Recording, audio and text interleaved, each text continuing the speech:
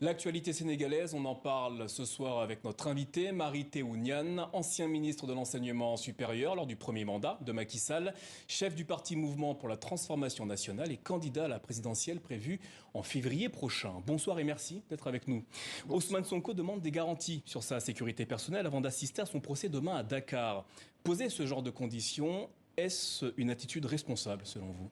Pour moi, il faut des mesures d'apaisement pour la paix et la stabilité dans notre pays. Et pour cela, il est important la libération des détenus politiques au niveau du Sénégal. Il est important que le procès, à mon avis, soit reporté et qu'en fin de compte, M. Sonko et son parti renoncent aux manifestations et au refus d'activités civiques au niveau de notre pays. Vendredi dernier, lors d'une interview, Ousmane Sonko a évoqué l'instrumentalisation de la communauté Mancagne pour le liquider judiciairement. Que vous inspire ce genre de propos? Je pense que c'est simplement le climat politique au niveau de notre pays, qui est un mauvais climat. Climat dû essentiellement au fait que M. le Président de la République ne déclare pas jusqu'à aujourd'hui. En l'occurrence, il s'agissait des propos de Ousmane Sonko par le président. Oui, mais c'est le climat qui est là. Et ce climat est mauvais. On le vit depuis maintenant plus d'un an. Vous le savez bien, depuis plus d'un an. Et il est important d'apaiser.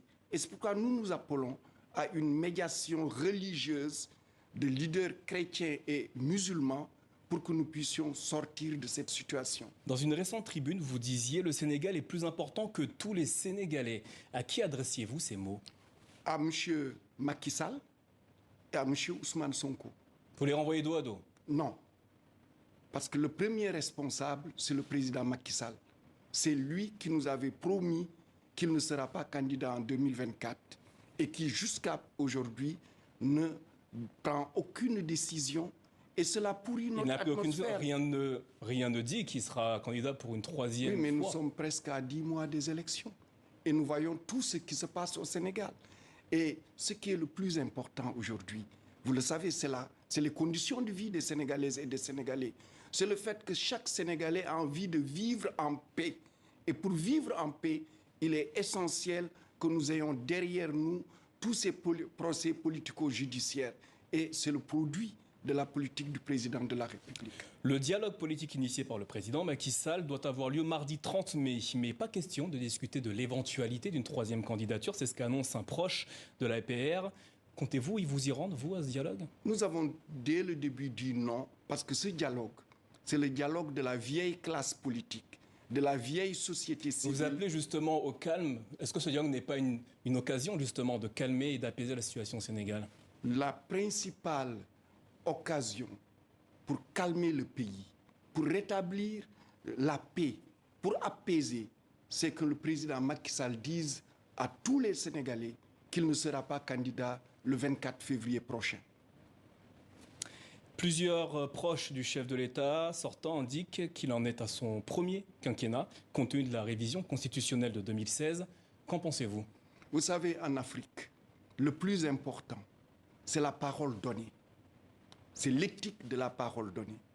Et c'est le président qui l'a dit, qui a fait un référendum pour, qui, en se présentant en 2019, a écrit un livre qui s'est conclu par ce mandat, c'est son second et dernier mandat. Alors, renoncer à sa parole, vous le savez bien, c'est le discrédit total. Et j'espère qu'il va se ressaisir définitivement. Mary Teuw Niane, entre 2012 et 2019, vous avez été ministre de Macky Sall. Jusqu'à l'an dernier, vous étiez au conseil d'administration de Petrosen avant de vous présenter à la candidature pour la présidentielle. C'est en mars dernier. Pourquoi aspirez-vous à remplacer l'homme que vous avez servi lorsque vous étiez ministre? J'ai démissionné, vous le savez bien, le 25 juillet 2022 à la présidence du conseil d'administration. Ce que je veux, c'est apporter le bien-être aux familles et aux Sénégalaises et aux Sénégalais à travers 4 piliers très simples. L'alimentation, l'habitat, la construction et notamment les accès universels, l'emploi et le bien-être. Vous savez, il faut que les enfants aillent à l'école. Il faut que les personnes soient alphabétisées.